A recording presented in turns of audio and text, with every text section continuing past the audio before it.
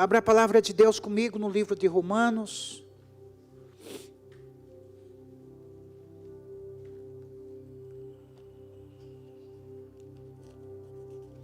Romanos capítulo 11.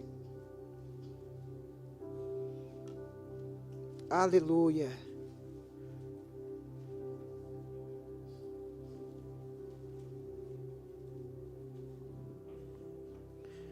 Aleluia, Jesus.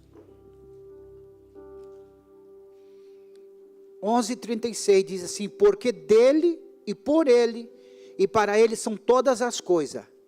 A ele seja a glória para sempre. Amém. Vamos ler junto? Porque dele, por ele e para ele são todas as coisas. A ele seja a glória para sempre. Amém. Vamos falar todo mundo junto mesmo, mais forte. Porque dele e por ele e para ele são todas as coisas. A ele seja a glória para sempre. Amém. Aleluia. Feche os seus olhos comigo. Pai, nós oramos, Pai, no nome de teu Filho Jesus, dando ao Senhor toda a honra e toda a glória para sempre, Senhor. Nós invocamos o nome que está acima de todo nome, que é o nome precioso de Jesus. E nós declaramos sobre este lugar a graça e o poder de Deus. Nós oramos, ó Deus, para que a instrução, a graça e o poder do teu Espírito seja sobre nós.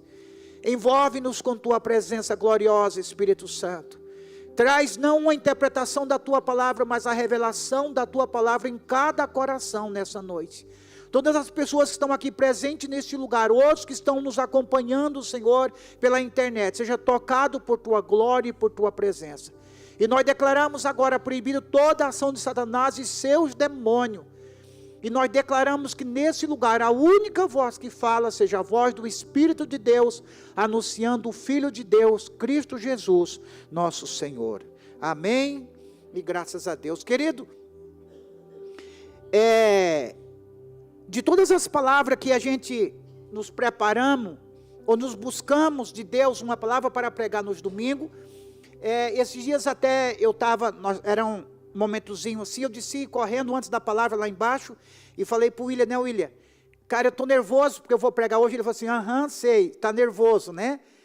Mas muitos de vocês acham, assim como o William, acha que já não existe mais um nervosismo em nós para trazer a palavra de Deus, irmão, mas só Deus sabe a responsabilidade e o peso que tem nos ombros de cada um de nós quando estamos aqui na frente, irmãos. Diante de Deus. Não, irmãos, eu não sei até se você sabia disso, mas eu digo por mim, eu digo pela Márcia, eu digo pela vida do Natan, que já pregou aqui, a Rosineide, o Gilson, o Adriano, o Gilberto.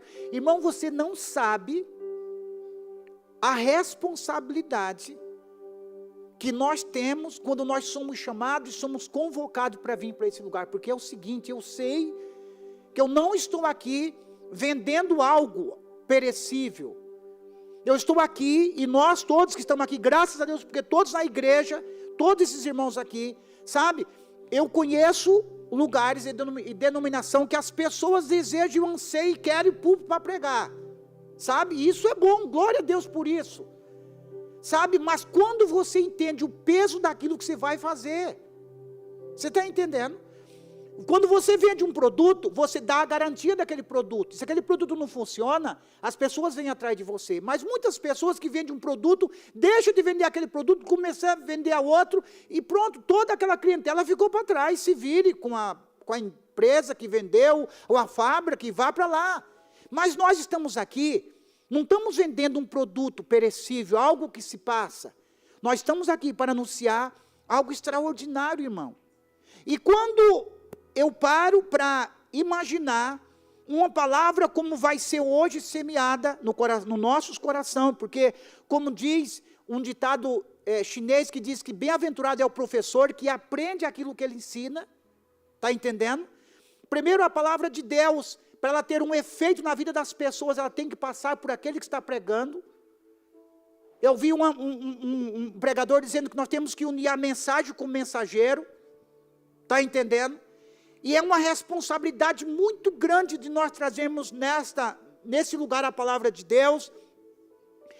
E essa semana Deus tem falado forte no meu coração, mas é algo, irmão, que eu confesso do fundo do meu coração, é algo assim que é muito mais além da nossa imaginação. Sabe, irmão? Eu gosto de filmes épicos, e muitos dos filmes épicos, como O Senhor dos Anéis, aquela coisa toda que tem, aquelas coisas todas que tem por ali, eles falam, a Crônica de Nárnia, a magia profunda. Sabe, aquela coisa que não foi anunciada, não é por entendimento humano, irmão, é mais ou menos isso. E esse é um peso de todo o meu coração, eu digo nessa noite, que é um peso que eu sinto no meu espírito. Porque a palavra de Deus, irmão, ela não pode ser entendida por interpretação. Todos nós conhecemos uma matéria da nossa língua portuguesa, que é chamada interpretação de texto. E é muito interessante essa matéria. Porque nessa matéria você aprende, você lê um texto, e alguém faz pergunta em cima daquele texto, e você explica quem era o ator principal, o que ele fazia, qual era a mensagem dele, o que ele decidia, de onde ele era, para onde ele está indo. Então, existem várias formas de você ler a Bíblia e interpretar ela de uma forma humana. Mas essas interpretações humanas, elas são muito perigosas, porque ela não tem uma verdadeira efetividade na vida da pessoa. Porque existem muitas pessoas que conheceram a Bíblia Sagrada por interpretação humana, numa hora de uma tribulação, numa hora de uma luta, numa hora de uma batalha, ela não sabe viver, porque ela só interpretou, ela não recebeu a revelação. E é muito interessante, irmão, que a única forma que nós temos de entender essa palavra é quando o Espírito Santo de Deus, ele vem sobre nós e ele revela essa palavra dentro de nós. A palavra de Deus diz no livro de Gênesis que creu Abraão em Deus, e isso lhe se tornou um direito legal. Aleluia. Assim é para aqueles que recebem a revelação da palavra de Deus. Quando você recebe aquela revelação, aquilo se torna um direito legal, irmão. Quando você recebe uma revelação de algo que Deus vai fazer na sua vida, que está de acordo com a palavra de Deus, irmão, nem o tempo, nem a circunstância, nem a vida financeira, nem a vida sentimental, nada te afasta dela, porque foi algo revelado no teu espírito. E isso faz você entender por que muitos cristãos, irmão, foram colocados em fornalha de fogo, queimando, irmão, 7 vezes mais do que o normal, e não negaram o nome de Jesus. Sabe por quê? Porque não interpretaram o grande Deus, fizeram uma revelação dele. O apóstolo Paulo, ele era um judeu, e você perceba que todos os religiosos não têm a revelação, tem a interpretação da lei. Um homem chamado Saulo, a Bíblia diz que ele foi criado e formado nos pés de Gamaliel, que era o maior erudito, o maior professor da época. Ele foi criado nos pés dele, significando ele servindo aquele homem, aprendendo diariamente. Ele era um discípulo amado daquele homem, que conheceu a mente daquele homem de acordo com a religião. E pela interpretação da leitura da lei, ele se tornou o maior perseguidor da igreja de Cristo Jesus. E esse homem, ele se tornou um monstro. Ele se tornou um homem perverso. Ele matava, perseguia e destruía homens, mulheres e a família inteira que se falasse do nome de Jesus.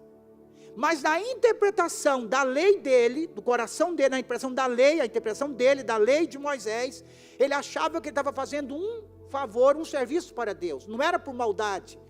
Era pelo seu zelo por Deus. Ele matava as pessoas que se levantaram contra a lei de uma certa forma, vivendo a graça que havia em Cristo Jesus. Ele se tornou um perseguidor, e a Bíblia diz que um dia ele estava indo para Damasco, indo lá para matar e perseguir, destruir os crentes, que a igreja estava muito fervorosa naquele lugar. No meio do caminho, a Bíblia diz que ele teve em segundo Aleluia. Mais rápido do que um relâmpago da revelação do Filho de Deus. Oh, meu Deus do céu, irmão, pelo amor de Deus, nós não podemos morrer. Você não pode chegar no céu e a primeira vez que você vai ter um relampejo da presença dele só quando você chegar lá. Porque todos nós vamos chegar um dia lá, mas é possível você hoje, ou amanhã, ou qualquer hora dessa, por um segundo, você chegar na presença dele. A pastora Valnice Milhomes, ela diz que ela foi a primeira missionária da Igreja Batista do Brasil, levada, acho que a primeira, não sei, eu acho que tinha sido a primeira, não sei se algumas foi depois dela, para a África ser missionária. Ela diz que ela estava numa fila enorme para receber a oração de um homem de Deus, muito usado pelo Senhor, e naquela fila, diz que faltava uns 10 metros para ela chegar até naquele homem, era uma fila enorme. Ela diz, por um segundo, ela teve na presença do Senhor. E aquela mulher que já tinha uma vida com o Senhor, ela disse, irmãos, você não sabe o que é isso, eu tinha tanta coisa para falar com o Senhor, mas um segundo, na presença dEle, toda a minha vida foi mudada. Irmãos, de todo o meu coração, quero dizer para vocês, irmão, que a vida cristã não é religião, gente. A vida cristã, irmão, não é religião, pelo amor de Deus. A vida cristã não é uma vida que eu vou viver de segunda a sábado, ou de segunda a domingo de manhã, a minha vida fazendo o que eu quero, respondendo às pessoas, às situações como eu quero, e depois chegar no domingo e vir para cá, irmão. E às vezes está até no serviço, em alguma coisa, para que aconteça esse culto, está servindo no louvor, pregando, ou seja lá no estacionamento. Irmão, não é isso. A vida cristã, irmão, é um caminho sem volta, irmão do céu. É um caminho de entrega.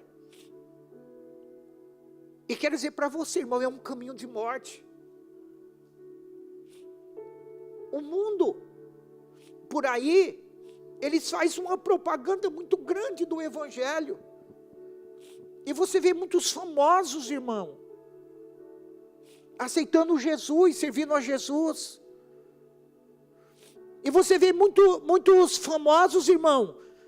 E existe em São Paulo, eu acho que em São Paulo, Rio de Janeiro, eles começaram a ter um problema nas igrejas, porque é o seguinte, irmão, você já imaginou se o Neymar chega num culto? Você está entendendo que confusão que existe no meio dos crentes, querido? Vai estar o louvor aqui pegando a palavra, pregando, não, tira aqui um selfie aqui comigo, quero mostrar para os meus amigos que você está aqui. Porque as pessoas ainda estão com os olhos fixados no sucesso do mundo. Você está entendendo? Você já imaginou se o Messi, se o Cristiano Ronaldo chega num culto, irmão, para tudo, porque vira uma confusão. Obrigado, Gilson. E estão fazendo em algumas igrejas um local, infelizmente, se chamaram de área VIP. Porque o único problema é só esse nome. Porque disseram que foram obrigados a fazer esses lugares separados do público, da igreja, para que somente os famosos fiquem ali, não é porque querem dar preferência para ele. É para, de uma certa forma, cuidar dele, da integridade física do cara, no meio dos próprios crentes. Sabe por quê, irmão? Porque nós, como igreja, ainda não entendemos as coisas como devia ser, irmão. Existe muitas controvérsias nisso, mas essa é de um ponto. Sabe por quê, irmão? Porque nós esquecemos que nós viemos aqui para cultuar Ele. E a palavra do Senhor diz assim, porque dele, por Ele, para Ele são todas as coisas, irmão. E contando não de que nós somos uma coisa, mas contando a todas as coisas, você não pertence a você mesmo, você pertence a Ele. E é interessante que nós entendamos, os homens que estão aqui, que a tua esposa não pertence a você, primeiramente ela pertence a Ele. É interessante que as esposas consigam entender isso nessa noite, que o marido não pertence a você primeiro pertence a Ele. É interessante que nós, os pais, consigamos entender que os nossos filhos não pertencem a nós, mas pertencem a Ele. E todo pai sabe o que é um andor. Todo pai sabe o que é um andor de ter um filho e conseguir entender isso. Que os nossos filhos não pertencem a nós mesmos, pertencem ao Senhor, irmão. Isso tem que ser uma coisa que às vezes é tão normal. Tão normal, irmão, mas é muito mais profundo. Toda a nossa casa, a nossa família, tudo o que eu faço, não pode pertencer a mim, tem que pertencer a Ele. E quando uma pessoa entende o verdadeiro Evangelho, entende o verdadeiro Cristo, e sabe da realidade de Cristo, ele vai vivendo uma vida, não é mais, irmão, da forma que o homem vive, mas da forma que Deus deseja que vivamos. Querido, por que o apóstolo diz aqui? Porque dele, por ele e para ele são todas as coisas. Porque, irmão, sem Cristo não existe nada. Querido, por que a importância de Cristo tão grande assim? Por que essa importância tão grande assim para Deus? Sabe por quê, irmão? Porque tudo que é humano, que chega diante de Deus, fede. Irmão, é tão forte isso, que para Deus não existe bonzinho. Sabe aquelas coisas, irmão, que nós os cristãos, irmão, estamos acostumados a dizer o seguinte: não, ele era uma boa pessoa, então Deus preparou um lugarzinho para ele. Irmão, pelo amor de Deus, quantos estamos longe do verdadeiro Evangelho? Ah, mas Deus é misericórdia, Deus é bondade, irmão, Deus é bondade, Deus é misericórdia, mas não existe nada fora de Cristo. O Eduardo, com a equipe dele, tem um ditado que diz assim: vamos passar um pano, estão passando um pano para essa pessoa. Não é isso? Né? Passa um pano para ele aqui, não sei o quê, mas para Deus não tem passamento de pano, gente. Se não é em Cristo, não tem nada. E como é forte isso, irmão, pelo amor de Deus. E eu sinto no meu espírito, irmão, gostaria muito que cada um de nós entendêssemos que isso não é na nossa interpretação humana, é no nosso espírito. Por que Cristo é tão importante, irmão? Sabe por quê? Porque no nosso meio ainda existe uma confusão muito grande. Você sabe quem era Jesus? Escute isso, guarda no seu coração. Jesus foi simplesmente o corpo humano. Jesus foi simplesmente o casulo de Cristo. Está entendendo? Eu acho que todos nós já tomamos alguns remédios. E aqueles remédios antibióticos muito fortes, ele é colocado em uma cápsula. Eu não sei como chama aquilo, é uma cápsula mesmo, né? Tem muitos comprimidos, vai tomar um dipirona, ele é sem nada, você já coloca na boca, ele derrete. Outro é sublingual, coloca feito para derreter na língua, debaixo da língua. Mas tem uns que é muito forte, você tem que engolir ele, porque só quando chegar lá embaixo no estômago, ele vai explodir e vai fazer o efeito necessário para curar a enfermidade que a pessoa está passando.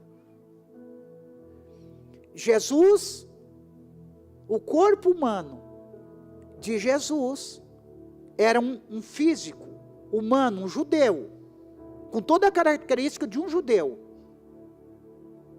Mas o que estava dentro desse judeu era um espírito eterno, que foi trazido pelo Espírito Santo e colocado no ventre de Maria. E por que a importância tão grande desse Espírito eterno? Irmão, essa é uma das explicações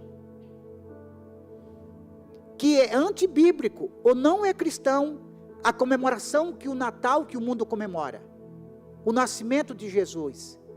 Porque o Cristo não tem nem início nem final de dia. Você está entendendo? O homem Jesus nasceu em uma data que também não foi 25 de dezembro.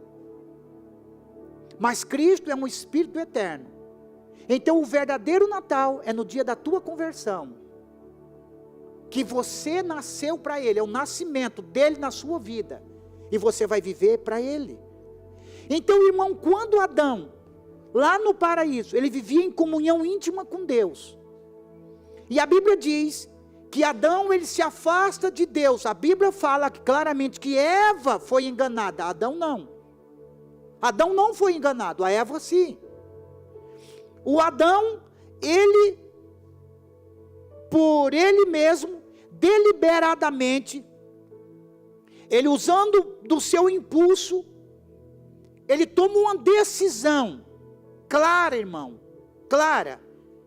E a Bíblia diz que todo homem velho é um símbolo de orgulho, de soberba, de vanglória, de independência, de rebeldia e todo sentimento longe de Deus. Esse é o velho homem, esse é o Adão. E quando esse homem, ele toma essa ideia, junto com Satanás, de sair fora da intimidade de Deus, ele perde a coisa mais importante do mundo, a paternidade. E ele passa a ser um órfão, vivendo longe do coração do Pai. E ele se torna um símbolo de tudo que é mal na terra, de todo orgulho e soberba. É impressionante. Mas uma criança, nós podemos pegar uma criança com 5, 6 ou 7 anos e colocar ela em qualquer arte marcial. Desde o judô, o taekwondo, o boxe ou qualquer coisa, ensina a lutar. Mas o bater e a rebeldia, ninguém ensina para uma criança. É ou não é? A natureza dela é aquela natureza já de rebeldia, de ciúme, é meu, agora é meu, eu não divido o meu brinquedo, não divido isso, não divido aquilo outro, porque é tudo meu, isso é do orgulho humano. Isso é o velho homem, o velho Adão. Então, irmão, e todo ser humano, ele nasce dessa forma, ele nasce afastado de Deus. E a Bíblia diz em João capítulo 14, no versículo, João 14, versículo 6, coloca ali para mim. O próprio Jesus, ele diz isso.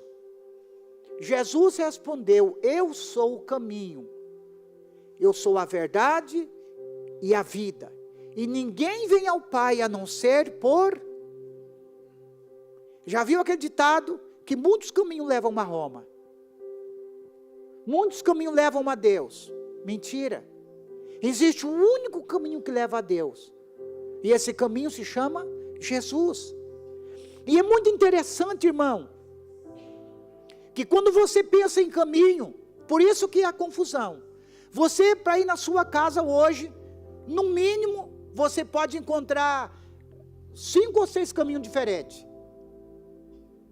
Você pode dar a volta lá por São Paulo, e depois voltar e entrar na sua casa. É um caminho que você escolheu. Ou você pode encontrar o caminho mais próximo aqui. Existem tantos caminhos para chegar na sua casa. E essa forma que quando Jesus diz eu sou o caminho, ele está dizendo, irmão, que não é simplesmente uma estrada física que leva para um lugar. Porque se fosse assim, muitos caminhos levariam até Deus. Mas quando ele diz assim, ó, eu sou o caminho, o próprio nosso dicionário diz que pode ser uma forma de pensamento. Deixa eu encontrar aqui que eu achei muito interessante. Deixa eu ver se eu acho aqui. Aqui. Encontrei. Diz assim, ó. Mas em sentido figurado significa o meio, método ou maneira de alcançar um objetivo. O caminho pode ser um método ou uma maneira de alcançar um objetivo. E quando se fala que Jesus é o caminho, é o método, é a maneira de vida para alguém encontrar a salvação e chegar ao coração de Deus. Oh, aleluia! Jesus, Ele é o método de Deus. Jesus, Ele é o método de nós chegarmos até o Pai. Ele é o exemplo de como eu devo viver para que eu chegue até Ele. Jesus, Ele não é um herói que você deve chamá-lo somente no momento da sua tribulação, ou na hora que uma situação ruim chegou na sua vida. Jesus, Ele não é aquele somente que vai te curar quando você estiver doente. Ou Jesus, e muitas pessoas acham que Jesus, Ele é obrigado, irmão do céu. Irmãos, quantas aberrações você ouve, você vê as pessoas dizendo, sabe, irmão, que as pessoas às vezes dizem, ó Senhor, porque eu agora, e se o Senhor fazer isso na minha vida, e agora eu vou te servir, querendo barganhar com o Senhor, querendo fazer negócio com o Senhor, achando que eu vou fazer um favor para Deus se eu começar a servir a Ele. Irmão, quantas pessoas eu vi já dizendo, não, se Jesus fazer isso, agora eu vou seguir a Ele, eu vou servir a Ele, se Jesus curar o meu filho, se Deus me fazer isso, aquilo, irmão, está se colocando num lugar maior do que Ele, agora Ele vai ter que me servir. Isso tudo é humano. Senhor, porque diz a tua palavra, realmente a tua palavra diz, mas eu estou vivendo de acordo com essa palavra? E no livro, Aspecto Prático do Novo Pacto, ele fala uma coisa impressionante.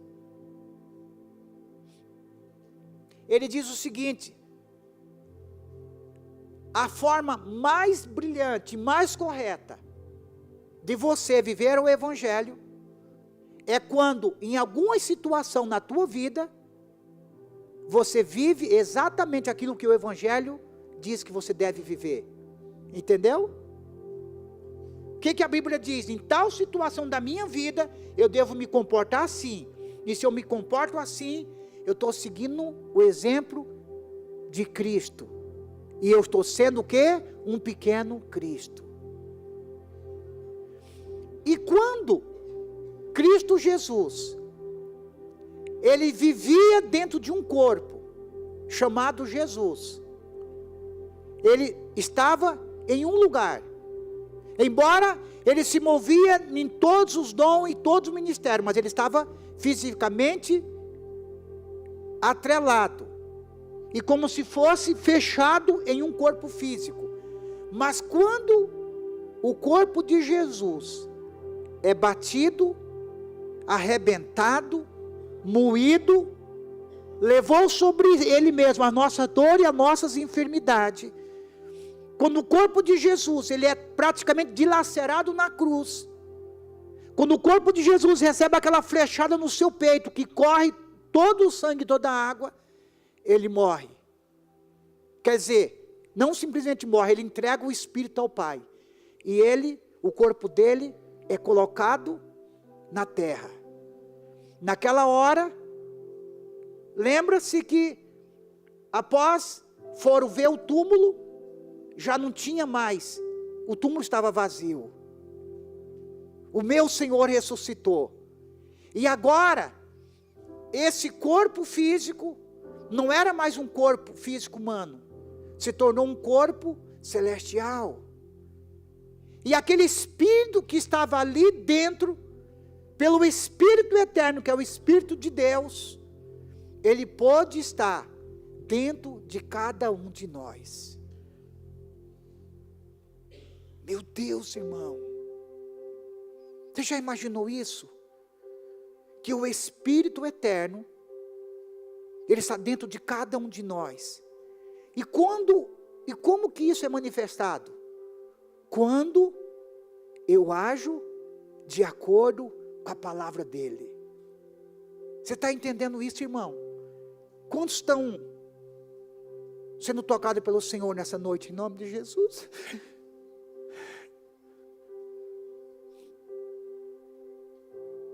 Glória a Deus.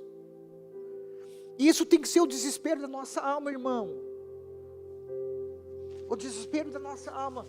Porque se nós não vivermos assim, nossa vida não tem sentido. Então esse Espírito eterno, ele agora passa a viver dentro de mim, irmão. E agora, todo modelo de sucesso e de ganho deste mundo, o apóstolo Paulo disse, eu considero como esterco. Toda glória, todo sucesso deste mundo, pela a graça de conhecer a Ele, de viver por Ele. Nessa noite nós vamos parar por aqui, por causa do nosso tempo, mas nós vamos continuar falando sobre isso.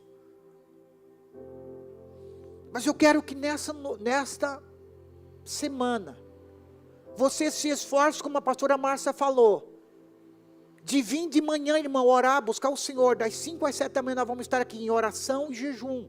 Convido você a jejuar essa semana. E você peça diariamente, toda hora que você lembrar, diga: Pai, revela a Cristo na minha vida, Senhor. Revela a Cristo na minha vida. Sabe, irmão, e muitas pessoas interpretam isso da seguinte forma: tem em Curitiba uma casa, uma instituição de caridade chamada Casa do Servo Sofredor. Pessoas que fazem o voto de pobreza, de miséria, de viver uma vida miserável por causa de Cristo. Esse não entendeu o Evangelho de Cristo. Sabe por quê? Porque uma pessoa pode andar descalço para mostrar para outras pessoas: ó, como eu sou devoto a Ele, eu estou descalço. Ah, eu vou deixar minha barba crescer, o meu cabelo crescer por causa de Cristo, vai ser o meu sinal. Ele pode fazer esse voto, mas e qual que é a intenção que ele tem no coração de fazer aquele voto? Para mostrar para o outro que ele fez aquele voto? Perdeu o voto. Agora eu vou andar e vou ficar de jejum, e eu vou ficar 1 dia, 2 dias, 7 dias de jejum, para mostrar para as pessoas que eu sou um bom crente que jejum. Perdi o meu sucesso do jejum. Mas quando você faz o teu jejum, e não tem problema que as pessoas saibam que você fez o seu jejum, não tem problema de você andar descalço, mas simplesmente mostrando para você mesmo que o teu estar descalço é por causa dele. Ele vai te recompensar, né, William? Por causa dele, irmão. Oh, meu Deus.